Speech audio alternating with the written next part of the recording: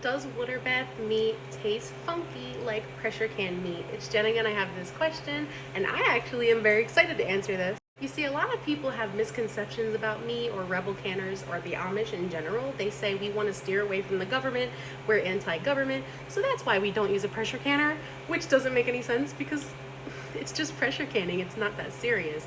I decided to water bath everything when I stumbled on Make It Make on YouTube, who talks about Amish canning, and she did comparisons on pressure canned meat to water bath meat. She did the exact same recipe, opened both jars, and tasted, and every single time the water bath meat was better quality.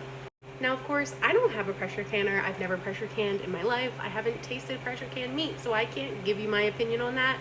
But when someone does that much research on many different recipes, many different products that are low acid, not just meat, and every single time the product is better in the water bath, that tells me if I'm gonna spend an hour and a half pressure canning something, I'm willing to take that up a notch and double the time to get a better quality product. In my experience, I have water bathed a lot of meat, and I can tell you that it is very tender. You can add meat raw to a jar, process it for 3 hours, remove the jars from the canner, and you've got a slow cooked meat. It's just like putting it in the crock pot, except it seals, it's sterile, and you can eat it a year later. I have heard things like pressure canned meat turns out more charred. It doesn't taste burnt, but it tastes more burnt.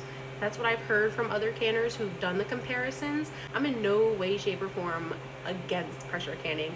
If I didn't have the time for a water bath, I might consider pressure canning. So I'm a never say never type of girl. But for right now, I'm okay with the 3 hour water bath. I really like the end result of all my food. It doesn't bother me that it takes 3 hours. I can go clean my house, go to my garden, take a nap.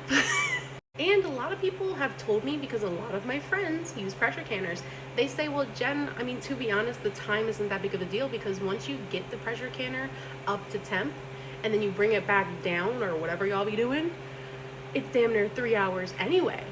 So I'm not trying to convince you of anything. This is just my perspective. Thanks for asking this question. And as always, happy canning.